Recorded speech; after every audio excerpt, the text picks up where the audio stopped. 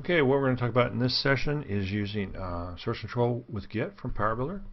This is a feature that was introduced in 2017 R2 and then later enhanced in 2017 R3. So first what we're going to do is have the legal disclaimer, and then we're going to talk about the agenda.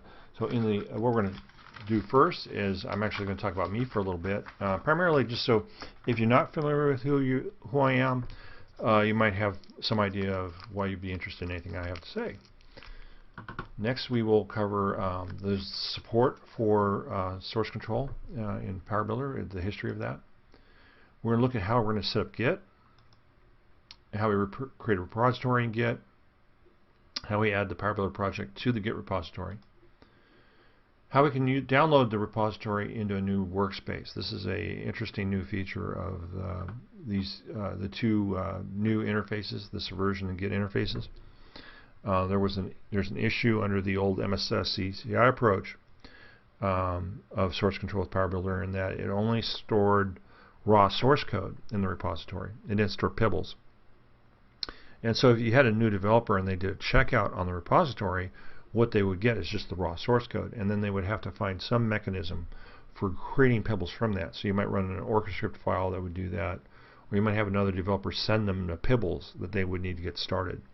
With these new interfaces, PowerBuilder introduced the ability to basically do a checkout from the workspace and get everything, including the workspace file and the pebbles, needed to get started. So you could start doing development immediately.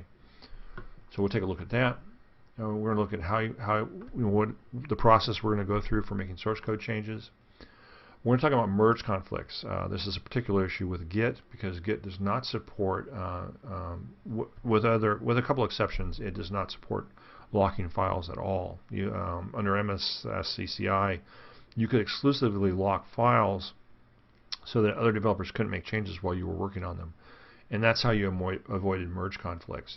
A merge conflict occurs when two developers make a change to the same object, or at least the same portion of the same object at the same time. And at that point, some manual intervention would be needed because the source control system can't figure out what it's supposed to accept as far as the change to source control.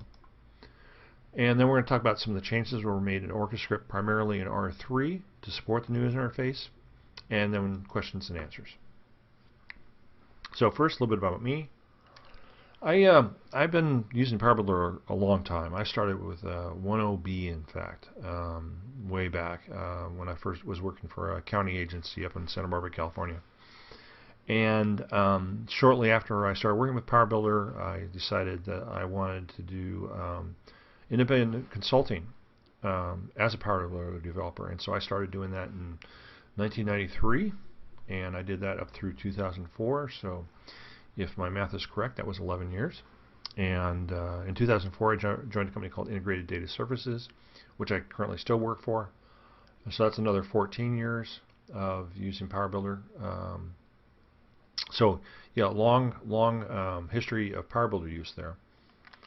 What I'll also mention is that there used to be a magazine that was dedicated to PowerBuilder called the PowerBuilder Developers Journal, and I wrote many articles for that magazine. I served as the editor for it for about the last 10 years it was in existence. Also, what many people know me from is even back to the original PowerSoft days, there were forums on CompuServe. Then later there were NNTP forums that PowerSoft had. Those became a community forums in the Sybase days, and later the SAP days, and even now Appion has community forums where people can go in and ask questions about how to use PowerBuilder. And a number of people who are experienced with PowerBuilder go in and answer those questions, and I'm one of those people. In the PowerSoft days, that got me included in a team called Team PowerSoft, which later became Team Sybase, later became PowerBuilder MVP, and then lately with the Appion community, Appion gave me an Appion MPV designation. For for my involvement in the forums and other work. So anyway, to sum that all up, I've been working with PowerBuilder for a long time, and I'm just know a lot about using it. So enough about me. A little bit about the company I work for. That was enough about that. Let's talk about the history of source control support in PowerBuilder. Where originally there wasn't any. That didn't start until PowerBuilder 3. So in the PowerBuilder 1 and 2 days, what you did if you wanted to use source control is generally you checked in the pibbles, in the entire pibble area. You didn't check in source control. You checked in the pibble. And if you needed to work on an object, you would check out the pibble that object was in. And that meant that any other developer who wanted to do work in that same pibble had to wait till you were done with the pibble. Even if they were going to be working on a different object, they had to wait till you were done with the pibble, you checked it in, they could check out that pibble, and they could work on whatever particular object they needed to work on. So it was not a particularly productive way of doing source control. PowerSoft recognized there was a problem there, and what they did in PowerBuilder 3 is they started implementing native drivers for some of the more popular version control systems. The first of those being PVCS. And that was good. That meant you could then check in and out individual objects rather than the whole pibble. And so that was a lot more productive. There were a couple problems with that approach. One of those, and it's something my company ran into, is that these had to be tailored to specific, not only specific vendors, but specific versions of their API. So PVCS came out with a new major version, and we wanted to move to it, and they changed the API when they came out with the new version.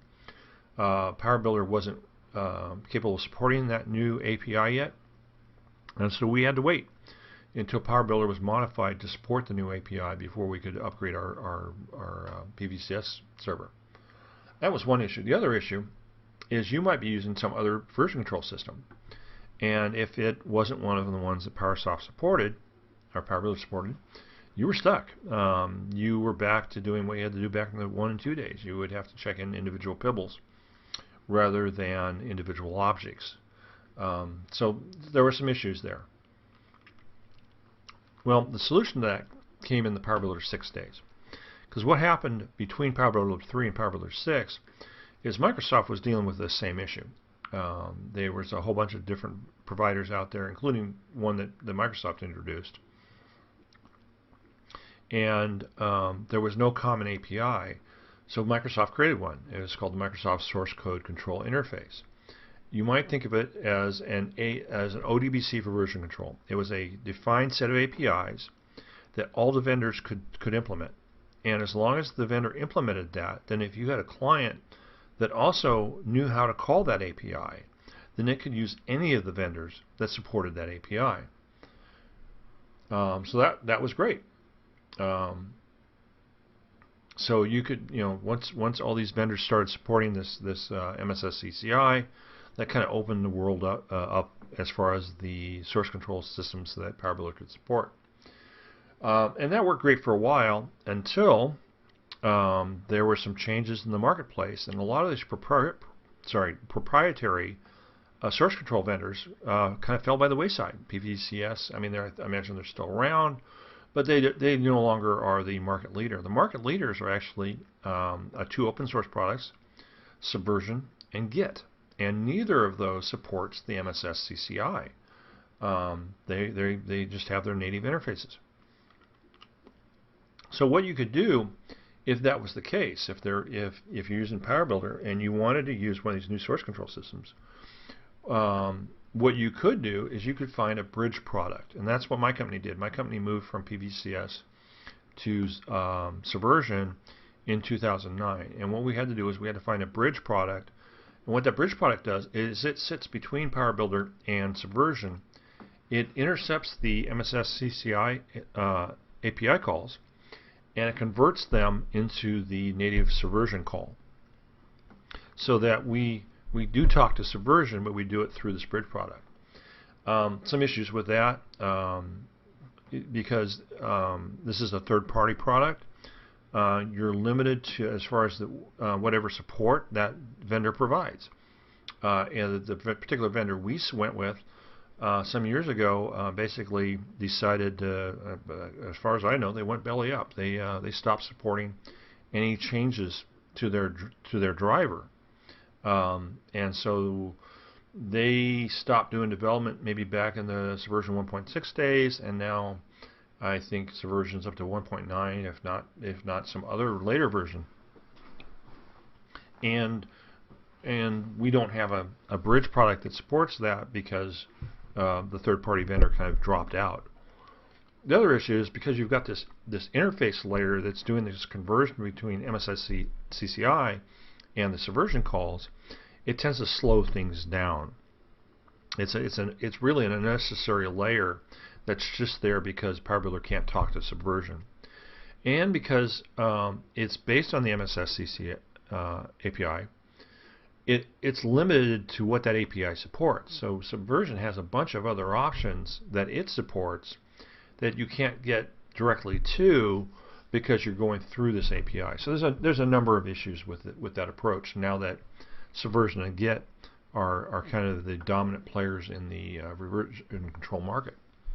So what Appion decided to do about that is they essentially developed their own native interfaces to those two products. That was released in 2017 R2. And then so it supports those two systems. And then in 2017 R3 there were some enhancements to the interfaces. In particular for Subversion, that's when they introduced the ability to in PowerBuilder to directly do a lock and release lock. For Subversion and Git to do a show log in Diff, and then the open containing folder option. What that's for is, like I said before, there's a lot of options available to you in both Subversion and Git, and that more than the PowerBuilder IDE gives you native support for. And so what you can do is you can say open containing folder, and that will take you to the object that's actually under source control. You can right click on it, and as we'll get into here, you're going to have a copy of Tortoise Git installed. And what Tortoise Git is, it's a plugin for Windows Explorer that makes all the Git options available to you through a right mouse button click in Windows Explorer, so that you can take advantage of all the functions that Git provides to you. The open containing folder gets you to that source code object so that you can do the right click and then use these other options. And then I'll mention this in PowerBuilder 2019, Appion will be providing better support for Team Foundation Server. If you don't know it already, Team Foundation Server actually has two version control systems built into it. One of them is Git, and the other one is the old proprietary system that Microsoft has called Team Foundation Version Control. Now, if you're going to be using Git, which is actually now the default option in Team Foundation Server, you can use the Git interface that is being provided now. If you want to use Team Foundation Version Control, you can use the MSSCI driver because there is an MSSCI bridge that talks to Team Foundation Version Control. But when 2019 comes out, then you'll have more direct support for that, if that's what you choose to use. Okay, so let's look at setting up Git.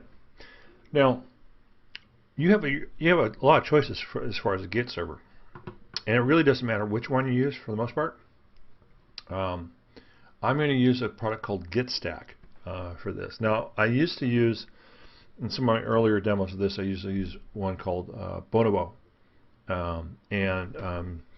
There's some differences. Bonobo is a little bit harder to set up, but it's open source, and so you can just go ahead and use it freely. Git Stack is free for 1 or 2 users, I believe, something like that. But anything beyond that, you need to actually pay for it. But it has a standard Windows installer. So for demonstration purposes, I'm going to use Git Stack just because it's easier to install. You choose whichever one you decide is the one you want to use. It's an on-premise solution. There are cloud providers as well. I mentioned Bonobo. There's also GitHub, GitLab, Perforce, Team Foundation Server, many others, Bitbucket. There's a bunch of them out there. And many of those actually are both a cloud and on-premise solution. Bonobo is a on-premise solution only, but certainly GitHub, GitLab, Perforce, and Microsoft Team Foundation Server have cloud versions as well. The other thing you need to have, now you can use, like I said, any Git provider. You can use GitLab or GitHub if you want, rather than the Git Stack. I'm just using Git Stack for this demo. But the other option here that you'll need to actually have, and you'll need to put it on each workstation. It's called Tortoise Git. I mentioned it earlier. It's a plugin for Windows Explorer. It's open source. You don't have to pay for it, and it allows you to do all of the various options that you can do in Git, but do it through a menu system, and that way you don't have to learn the underlying Git command structure. I mean, you can if you want, but I choose not to do that. I like using menus. Now, also PowerBuilder uses it to do the show log, and it optionally can also be used to do the diff, although I recommend other products for that, and we'll get into that. So this is me creating a repository in Git Stack. So there's a repository tab here, and I will click on the create repository option. So this is a runs through a web server essentially option here. Once you've created a repository, you can go in and create users. So I'm going to create a couple of users here. The reason I'm going to create 2 users is I'm going to demonstrate what happens when 2 users modify the same object at the same time, which is normally, depending on how close those changes are, can result in what is called a merge conflict, where particularly if the developers change the same code. You know, developer A makes a change to a function, developer B makes a change to that same function, developer A commits. When developer B goes to commit, the source control system is going to have no idea how it's supposed to resolve the fact that there are now 3 sets of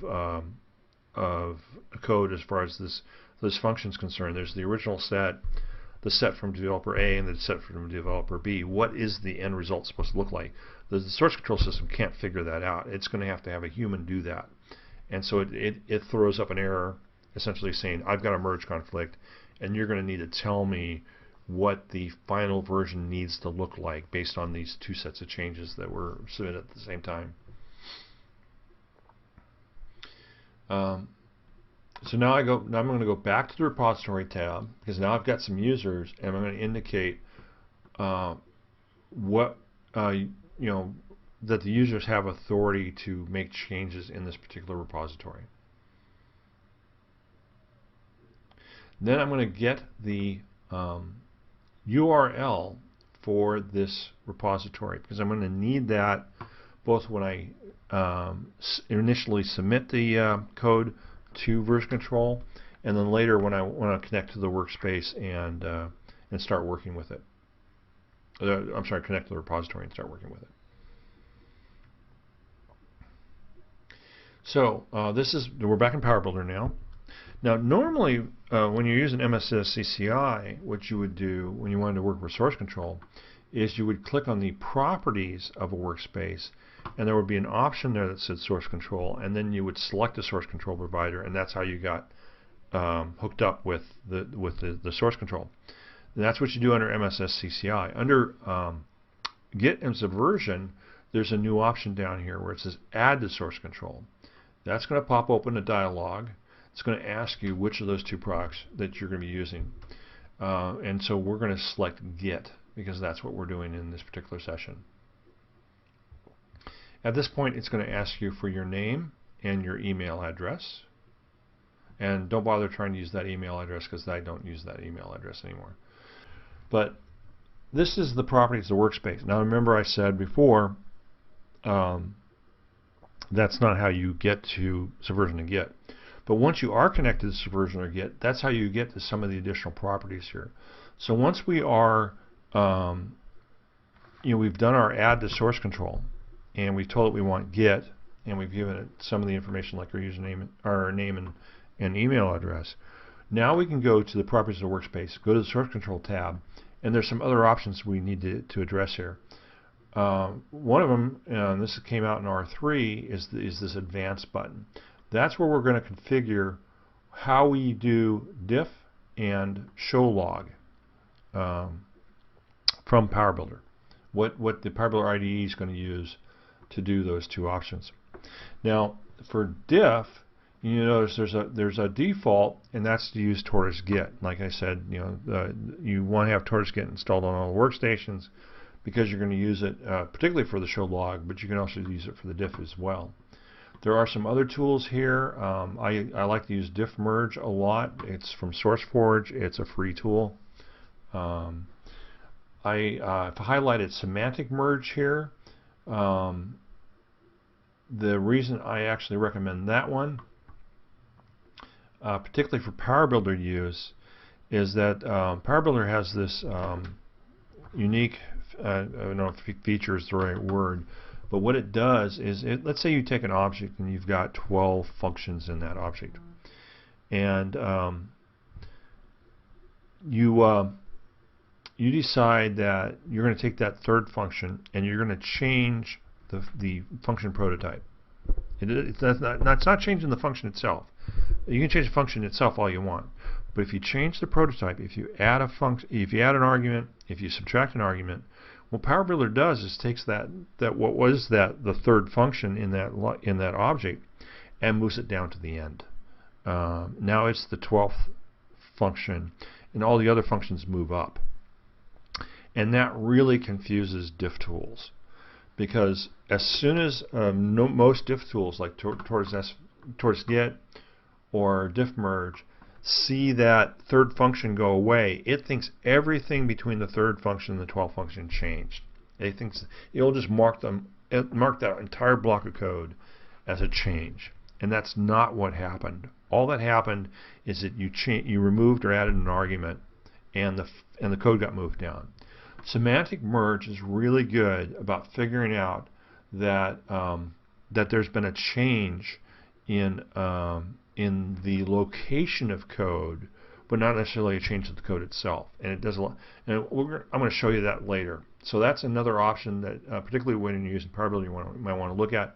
The issue there, though, is Semantic Merge is not a free tool. There is a charge per developer per month to use it. But if you run into a lot of situations where you're getting diffs that don't make sense because of the fact that PowerBuilder is moving the code around, it's worth considering.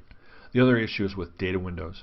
The problem with data windows is that even though they're an incredible amount of text, if you actually look at how many lines, physical lines there aren't that many physical lines, because the lines are really long in the source code. What tends to happen when you do that, anytime you make a change, it's going to look like there's been a change. Two developers make changes to a data window. It's going to look like it's on the same line of code because these lines are so long. And most diff tools are going to go crazy when they try to do the diff.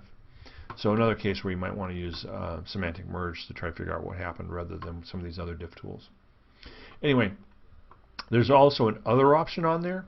So in case there's some other diff tool you like and it's not one of these, you can select the other option and give it, go ahead and specify what the arguments are that call that particular diff tool, and you can use that one instead. The other thing here is the show log.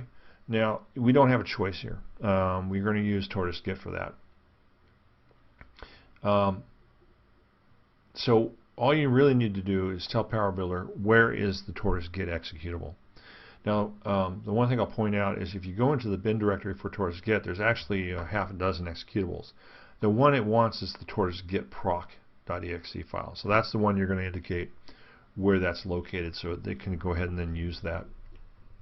The other thing I'd point out here is that there are 32-bit and 64-bit versions of Tortoise Git. So if you're on a 64-bit operating system, you're going to use the 64-bit version of Tortoise Git. It doesn't matter that PowerBuilder is 32-bit. It goes ahead and runs this fine when it invokes that. So you don't have to worry about that, or you don't have to worry about installing a 32-bit version just because PowerBuilder is 32-bit. PowerBuilder can call the 64-bit version of Tortoise Git fine. Okay, so we decide that we're going to commit our changes, our initial commit. It's not necessarily a change because we're just doing the initial commit to Git. And you'll notice something here. Remember I mentioned earlier that under MSSCI, the only thing that got checked in was the raw source code files. And the other thing it would check in, you don't necessarily see them here, but there's a PBG file. Because PowerBuilder is checking in individual source code files, it needs to know which libraries those files are going to go to. And the way it does that is it maps the source code to a library through what's called the PBG file. That's what it does under the MSSCI interface. And because of the way PowerBuilder was doing that, what was common practice under MSSCI is that you would want to put every Pibble into a separate folder, so that when PowerBuilder exported the source code into the folder that the Pibble was in, you wouldn't necessarily have conflicts with objects from other libraries. It also meant that it might possibly run faster because there was less source code in that particular library that it needed to interact with. So what you had to do under MSSCI, or what was standard practice to do under MSSCI, was to create your project structure so that every library was in a separate folder. Well, you don't need to do that with the Subversion or Git interfaces, because what PowerBuilder does now is it creates a WS objects folder. That's what's going on here. And it creates a folder underneath that for every Pibble, and then does the export into each of those individual folders. So it's doing all that stuff in the background for you now. You can take all your Pibbles, you can leave them right there in that. And what I've done here is I've got all those Pibbles in that root directory, and I don't need to worry about where the source code gets exported to. What you'll notice here, though, is on this commit, what's being committed? Not just the source code. It's actually committing the workspace file and the Pibbles. So that's how that connector workspace that we're going to look at later works, is that we're not committing just the source code to PowerBuilder. We're committing the Pibbles and the workspace file as well. Now, you don't have to do that if you don't want to. You notice we've got these checkboxes in front of all the files. If you don't want to check in the Pibbles, you can just uncheck those. But then you won't be able to use the connect workspace option to copy the entire workspace down. I mean, you can, but you won't get Pibbles when you do it. So there's our initial commit. And so then it says it's adding all the files. And you may have wondered, well, this is actually in this slide I just talked about what I just talked about before. There's a WS objects folder. There's a library underneath each. There's a folder underneath each one of those for each of the Pibbles, and the fact that PowerBuilder checks in the workspace file and the Pibbles as well. But what it doesn't do, as of R3, it doesn't create a PBG file anymore. That's because of this directory structure that it's using. It already knows which source code goes with which Pibble. It doesn't need the PBG file to do that anymore. And that's actually a good thing, because one common problem with the MSSCI interface and the PBG files is that the PBG files would get out of sync. What happened a lot in the company I'm at is that a developer would add a new object, and they would get 2 commit dialogues, and they didn't understand why they were getting 2 commit dialogues when they checked in they added a single object. Well, the second commit dialog was for the PBG file, because the PBG file is being updated to indicate that this new object's been added. oftentimes what happened is the developer would get that second commit dialog and they would hit cancel, and so the PBG file didn't get updated.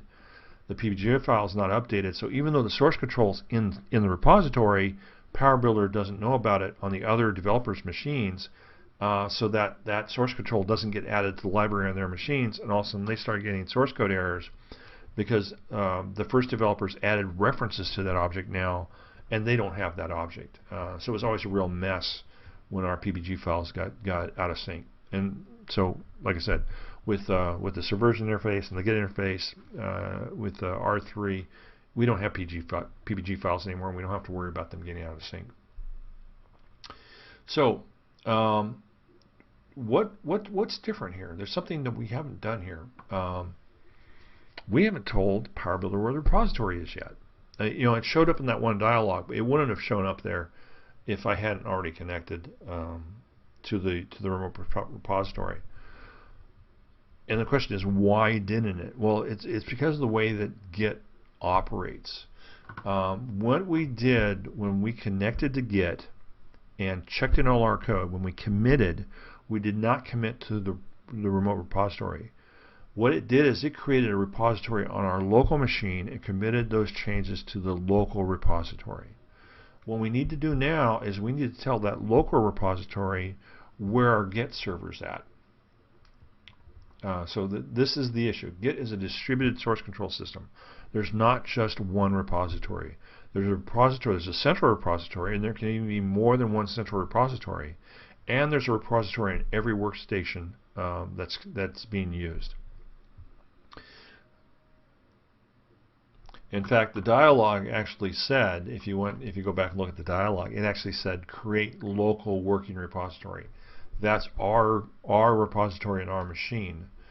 So right now the remote repository doesn't know anything about the source code yet. So we need to get and this is the little diagram explaining how this works. A commit. So here's your remote repository. This is our Git Stack server. Here's our machine, and we've committed our changes to the local repository. So commit happens right here. It doesn't send the files to the remote repository. What sends the files to a remote repository is called a push. Right there. Okay. Push sends the changes to the remote repository. Pull brings them back down. So when you want to get the changes that other people have made, you do a pull. If you're initially going to work with a Git repository, you do a clone. That's what brings it down to the initial thing that brings it down to the local machine. In Subversion, you would call that a checkout, but in Git, it's called a clone.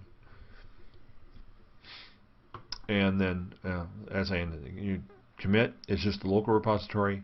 Pushes send it up to the remote, and pulls pull them back down. And so every developer is doing that. They're doing pushes to the remote, and they're doing pulls to get the local repository updated with what's in the remote repository. Why do they do this? Well, one of the reasons they do this is so that you can work offline. The thing you can't do when you're using Subversion or some of these other version control systems is make a bunch of changes and commit them without being connected to the remote repository. You can do that with Git, and your changes are just committed to your local repository, and then later when you get reconnected to the network, let's say you're traveling, you're on a train, you got no Wi-Fi, you still want to do work, you can, and you can commit your changes. When you get back, someplace where you can connect to the Wi-Fi and get back on the network and get in contact with the remote repository, then you do the push and pull to get synced back up with what's in the remote repository. So here's the Git menu options, and so you can see that there's a push option. We're going to use the push option. Now the first time we do the push option, and only when we do that first push, is the time we need to tell the local repository where the remote's at. So now this is where we're going to do our Git login, and we're going to say here's where the Git URL is at.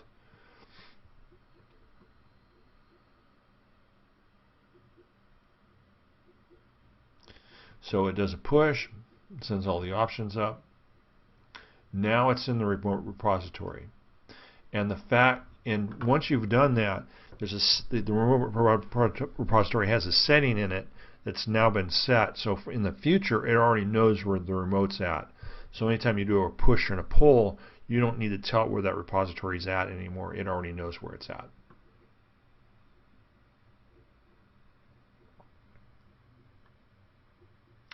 Okay, now we're some new developer that's come on, and we need to start working with PowerBuilder. We need to start working with this particular project. So what we're going to do is we're going to use this new option. This is on the file dialog. This isn't in the where it says, instead of open workspace, that's the original one, it says connect to workspace. What that actually is going to do, it's going to connect to Git. It's going to pull down all the source code, including the workspace file and the pibbles from Git. And as soon as you do that, you can actually go ahead and start working with the source code. You can now start making changes, and you'll already have the pibbles because they were checked in. So this is the Connect to Workspace dialog. Once again, this is just something that you would do the first time, and it would create the local repository because it's doing the clone, and then store the information about the remote repository in the local. So you would only see this dialog once. So you would give it the repository for the Git dialog, for the Git repository, URL for the Git repository, and you also would indicate a folder which you want this project put at on your local machine.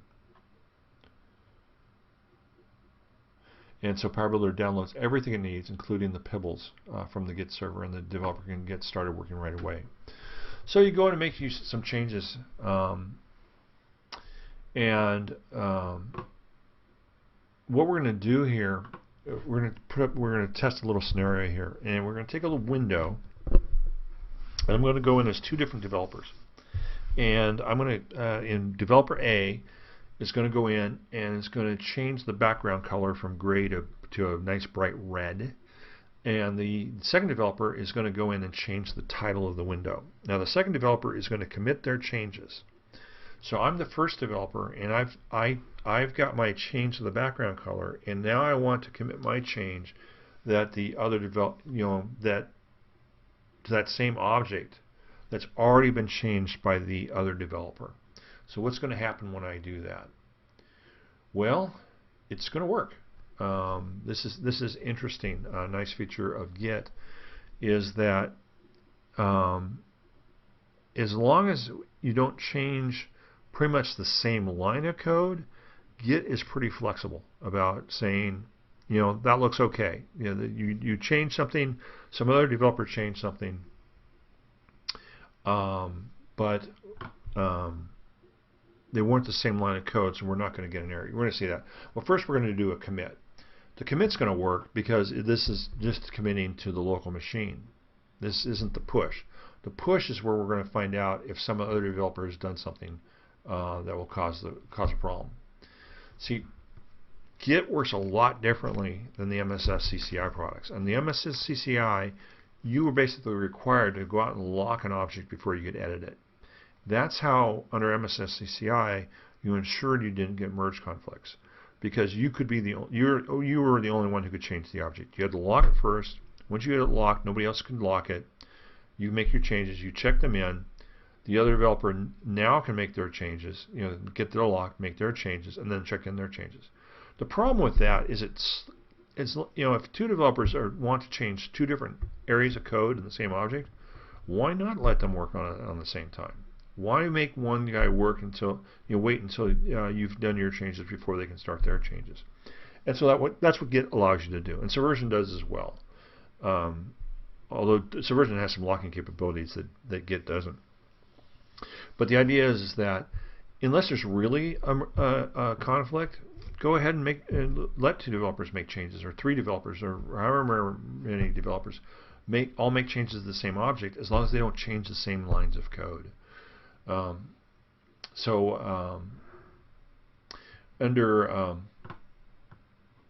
MSSCI, if you locked an object and made changes to it, it would put a check mark on it.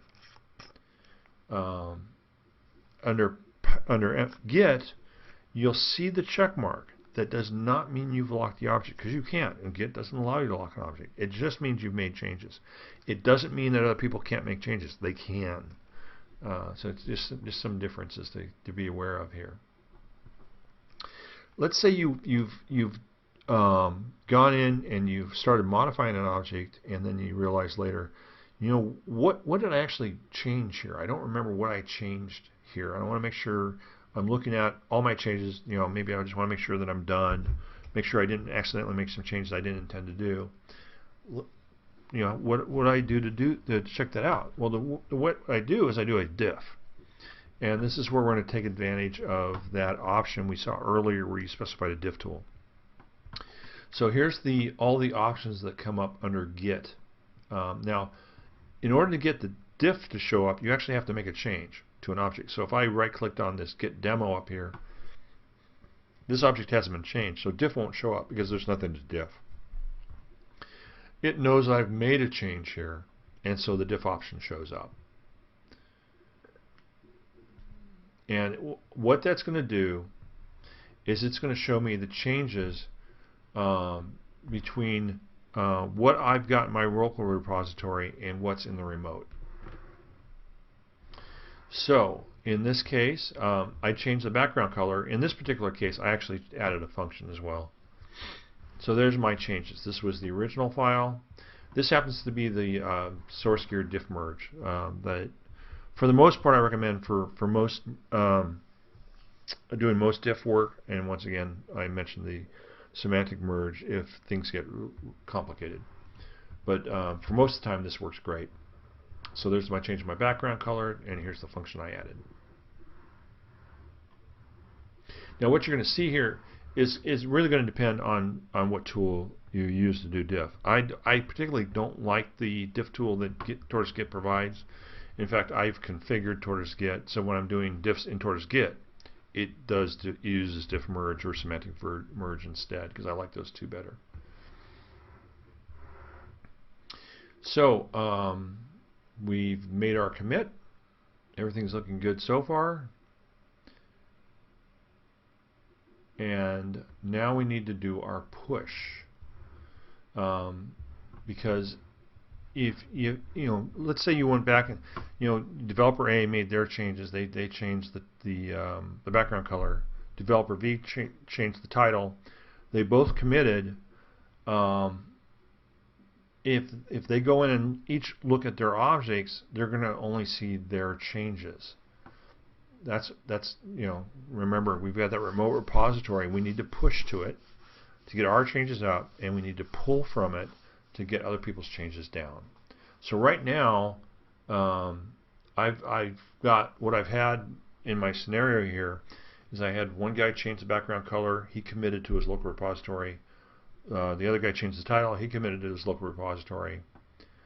The first guy's going to do his push now. So he's going to send up the change to the title. And it's going to work fine. It's just going to send it up. So, okay.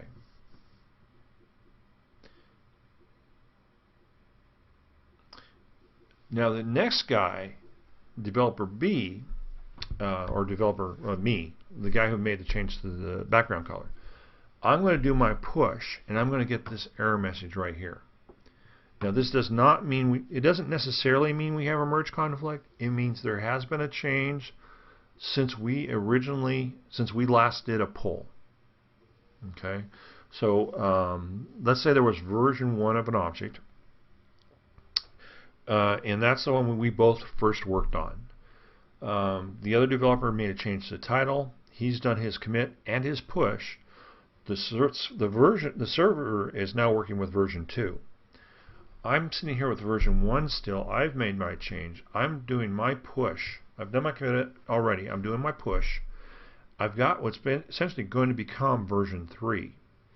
But the Git server recognizes that I started with 1. I didn't start with 2. And that's what it's telling me here, is that that somebody else has made a change since your last pull, and you're still on 1, and I've got 2.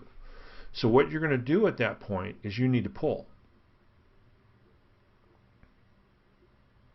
So we do a pull, and what that does is it's going to go get the most recent copy of that object, so that now on my local machine I can determine whether or not I'm going to be able to merge these changes together and deal with the merge conflict if I have one. So I do the pull, and it actually worked fine. Like I said before, that's what it's showing here, is it did a successful get. If there was a merge conflict, it would tell me that there was a merge conflict, and then we'd have to deal with it. But because the two developers changed two different lines of code, Git is very forgiving about that and just says, okay, I've merged the change that the other developer made into your copy of the code. Now you're free to go ahead and do your push. It hasn't done it yet. The pull just updated my local copy with the changes the other developer made. So I need to do my push again. Oop, one too many slides. Actually, I guess I don't show that. But when I did my push, it worked fine. So now it's got version 3, and version 3 has both of our changes in it. A couple of the other options here. We're going to do a show log. That's going to show me the changes that have been made to an object, and then there's the open containing folder. The show log is going to use Tortoise Git because we configured it to do that, and that's the only option we have available. The open containing folder, I think I mentioned this earlier, is the fact that the Git has a lot of capability as far as the options that you're allowed, the commands you can execute on it. The PowerBuilder IDE only exposes this subset of those: the push, commit, pull, revert, resolve, show log. So if you want to get to some of those other options, you want to perform some of those other options. Let's say you want to show the repo browser. What you would do is you'd use the open containing folder option. So if you right click on an object, say open containing folder, it's going to go to that location under the ws_objects folder where that source code's at. And now you're going to be able to right click on that object and use the Tortoise Git options to do things like the repo browser. It's just a little shortcut for getting there. So this is what the show log looks like. So there were some changes. The initial commit here, and then the changes that were made by later. And you can actually do diffs here to see what the changes were between versions. So how do we avoid merge conflicts? Now, of course, in this case we didn't get one, but if two developers did change some of the same area code, you could get one. Well, locking really isn't an option. So one of the things we can do,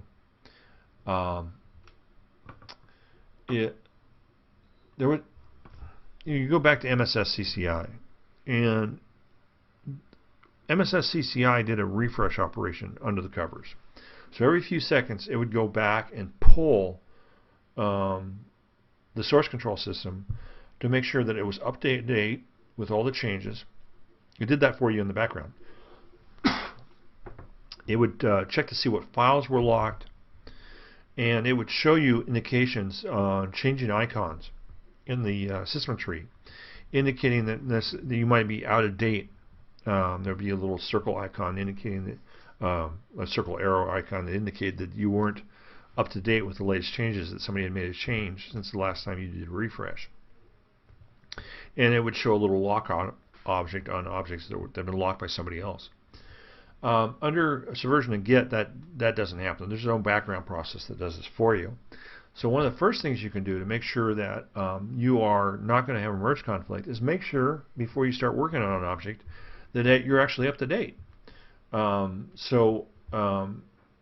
Just as a rule of thumb, do an update before you start editing an object. Because if somebody else has changed an object already, you could have a merge conflict just because you didn't update to get their changes. So do that first. Do your update first, then start editing an object. Now, as I mentioned, the MSSCI providers generally have the ability to do exclusive locks. Subversion actually has that as an option, Git providers don't. And the reason they don't is because technically there's no central repository which can act as an authority to say somebody's got a file locked. It's a distributed system. There actually are a couple of options available out there. One of them is GitLab Enterprises. The other one is called Gitolite. What they do is they set up a central repository that has that authority so that you can lock files. So if you feel like you absolutely have to have file locking, that's some of the options you might want to look at. But that's not the way most Git servers work. And based on what I've seen so far, merge conflicts may not be that much of an issue under Git. Like I said, Git is a lot more forgiving. You would really have to go in and change the same lines of code before Git would, at least this is what it appears, is you would have to change the same lines of code before Git would throw up a flag saying there's a merge conflict here and I don't know what to do and you need to resolve it for me. So let's talk about the changes to Orchescript. Now in the initial release, R2, there weren't changes to Orchescript, and that was a bit of an issue because there was no ability. The fact is that the Subversion and Git interfaces are storing the source code in a place that Orchescript doesn't know where to look for, at least under R2, because I mentioned it earlier.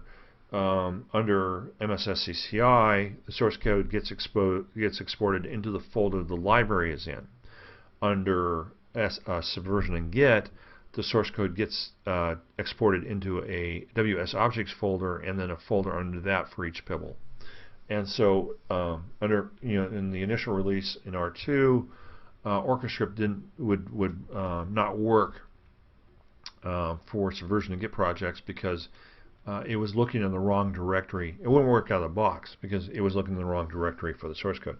Now there were some things you could do about it. You could copy the source code into the directory that the Orchescript was looking for, but Appion fixed this in R3. So in R3, you tell it that you are connecting to Subversion or Git, and then you tell it where the and once you do that, it then knows that it needs to look for the ws_objects folder and the libraries folders underneath that to find the source code. So then you're good at that point. So this is the main command you need to issue: SCC set connect property local project path and then the directory. And the minute that Orchescript sees that local project path, it knows that it's dealing with Subversion or Git, and that it needs to look in directories underneath the directory you specify for the source code. Now, the one thing Orchescript's not going to do here is it's not going to refresh the source control, the source code. You're going to do that using the command line tools for Git or Subversion. What we're talking about here with Orchescript, I should back up a little bit. Or generally, you're using Orchescript because you're going to take source code, you're going to pull the source code down from the server, you're going to create pibbles from it using Orchescript, and then you're going to use something like the command line compiler to do a build. And you're usually doing this because you're doing automated builds. So in this case, what you could do with the MSSCI is you could actually connect the source control and pull the source code down from the source code repository. You're not going to do that with Subversion and Git. You're going to use command line tools to do that. So with Orchescript, it's going to assume when you're using Subversion and Git that those folders are already up to date and that it just needs to work with them to create the pibbles. This is the same command you would have used for the MSSCI interface as well, to create the pibbles from the source code. But the difference here is that once you use that command, after having set this earlier statement, then it knows where to find the source code and it works correctly. So this is an example of an Orchescript file that does this using the Git or Subversion source control systems. So you do a start session, you say the SCC set connect property local project path, and there's an example of the local project path. You do the connect now, and then you just say, you know, this is where we set the target, and do a refresh. And at that point, Orchescript will go grab the source code that's in all the directories under the WS Objects folder and create pibbles from it. Okay, so in summary, the Git interface provided in PowerBuilder 2017 R2 eliminated the need to use bridge products to talk to Git. You can connect directly to Git. The main advantages of that being it's faster because it's doing a direct call rather than going through a bridge product to talk to Git. It's more reliable. You no longer have to worry about using a third-party vendor who may or not be around in a few years. And it supports more of the options that are available in Git. Because if you're going through the MSSCI interface, you were limited to what was provided through that API. But because we're working natively with Git now, we can take advantage of all the features of Git. But Git is a lot more complex than MSSCI, particularly in that it doesn't have file locking, and there is the potential for merge conflicts. And I mean, there's a process for resolving that. You go out to the directory where the conflict is at, you right-click on the source code file, you say resolve conflicts, and an editor comes up which allows you to hand-pick which changes from each of the developers who have made changes that you want to actually accept in the final version. But it's you want to avoid that whenever possible. So, but like I said before, with Git, it's pretty hard to actually trigger one of those unless you actually edit the same line of code. So that's that's it. Before we go, I just want to mention a couple other things. I mentioned earlier that there are forums out there where people who want to learn more about using PowerBuilder can go to ask questions, and other PowerBuilder developers like myself will answer them. One of those is right here, community.appion.com. If you are not familiar with the online community there, I'd recommend checking it out. It's not just forums. There's a bunch of stuff up there. But that's where a bunch of us that do answer questions online do hang out. So we would recommend taking a look at that. And otherwise, thanks for your attention.